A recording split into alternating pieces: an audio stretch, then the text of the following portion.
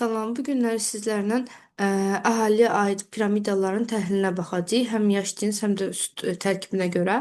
Birinci növbədə piramidaların mavi tərəfi kişiləri, ə, qırmızı rəng isə qadınları göstərir. Piramidanın digər tərəfində yaş göstəriciləri var ki, 15 yaşa qədər olan isə uşaqları, 15-65 yaş arası olan isə əmək ehtiyatlarının, 65 yaşdan yuxarı olan isə qocaları göstərir. Birinci diaqramımız inkişaf etməkdə olan ölkələrə aid olan diaqramdır. İnkişaf etməkdə olan ölkələrə baxsaq, burada uşaqların sayı çoxdur, qocaların sayı isə azdır. Bunun səbəbi səhiyyənin yaxşı inkişaf etməməsi ilə əlaqədardır. Əsasən kasıb ölkələr üçün xarakterik bir diaqramda Niger, Çad, Bangladeş kimi, Haiti kimi ölkələr göstərə bilərik. Doğulan çox, qocaların sayı az, çünki ölənlər çoxdur. Və səhiyyə çox zəif inkişaf edib burada. Ona görə də insanlar daha az yaşayırlar. İnkişaf etməkdə olan ölkələr üçün xarakterik bir diaqramdır. İkinci diaqramımıza baxsaq, ikinci diaqramımızda görürük ki, doğulanların sayı getdikcə azalır. Ə, Əmək ehtiyatları və qocaların sayı isə nisbətən çoxdur. Bu diaqram əsasən varlı, əhalisi azalan ölkələr üçün səciyyəvidir. İnkişaf etmiş ölkələrdə varlı olan və əhalisi azalan ölkələr üçün səciyyəvidir. Misal üçün İtaliya, yəni təbii artımı aşağı olan ölkələr üçün səciyyəvidir. Burada artıq aşağı yaş qrupu getdikcə azalır və nəticədə ölkənin əhalisinin sayının azalması prosesi baş verir ki, bunun qarşısını almaq üçün də dövlət demoqrafik siyasət irəli sürməlidir. Bu siyasətdə əhalinin təbii artımının artırılması ilə bağlı olmalıdır.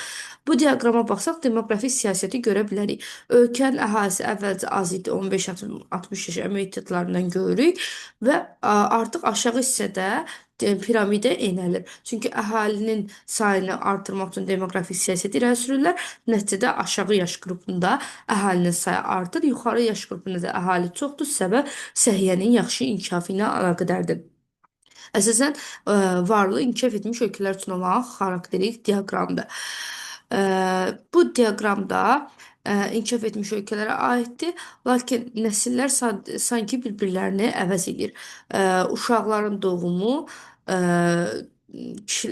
orta yaş qrupu və yuxarı yaş qrupu gördüyümüz kimi sanki bir-birlərinə bərabərdir.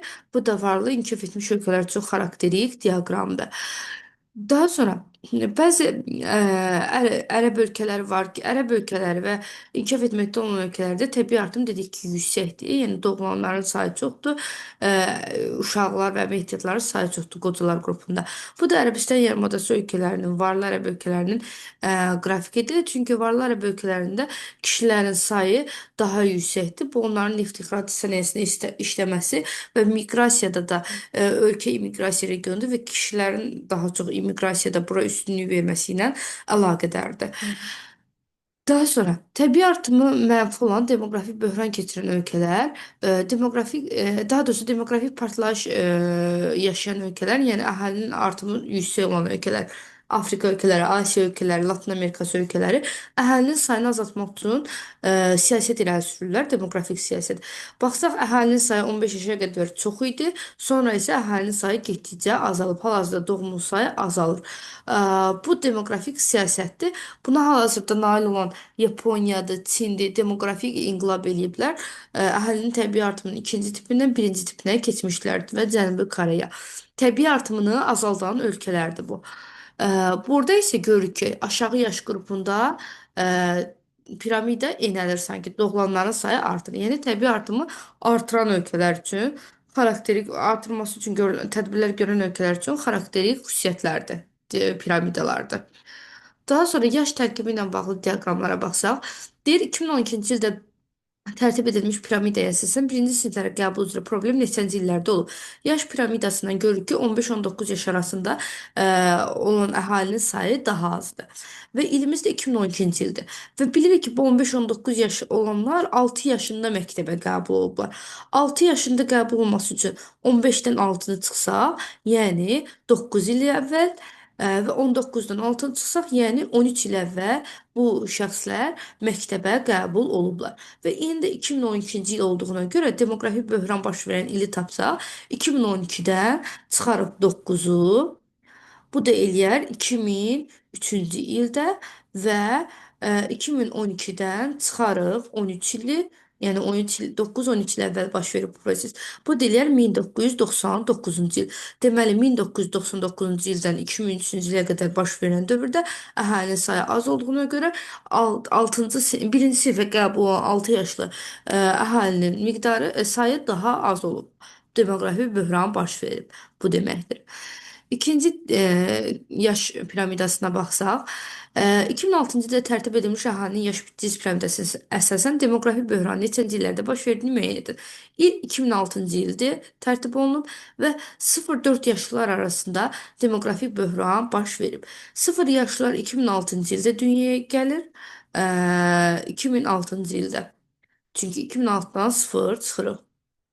Yəni 2006-cı ildə dünyaya gəlib. Və 4 yaşlılar isə 4 il əvvəl dünyaya gəlib. 2006-dan çıxarıq 4-ü eləyər 2002-ci ildə. Deməli 2002-2006-cı illər arasında əhali arasında demoqrafik böhran baş verib. Görürük ki, ən kiçik piramidada olan hissə bu hissədir. Daha sonra keçdik növbəti məsələyə baxaq. Deməli, 2015-ci il üçün tərtib edilmiş piramidaya əsasən hərbi xidmətə çağırışçıların toplanması problemi neçənci illərdə baş verib? Hərbi xidmətə çağırış bilirik ki, 18 yaşda baş verir. Bizim keçidimiz 18 yaşdır. Və bizdə də demoqrafik böhran 25-29 yaşlı əhali arasındadır. Əhalinin sayı nisbətində daha azlıq təşkil edir. Bunlar da 18 yaşında əskər gediblər. Yəni 25-dən 18 çıxsaq, eləyər 7 il əvvəl və 29-dan 18 yaş çıxsa, 18-i çıxsa və bu da eləyər 11 il əvvəl hərbi xidmətə gediblər. Və tarixləri tapmaq üçün də 2015-dən bir dəfə 7-ni, bir dəfə də 11-i çıxarıq. Bu da eləyər 2004-cü ildən 2008-ci ilə qədər əhali arasında hərbi xidmətə çağırışda demoqrafik böhran baş vermişdir. Cavabımız C variantı. Bugünkü dərsimizdə bu qədər.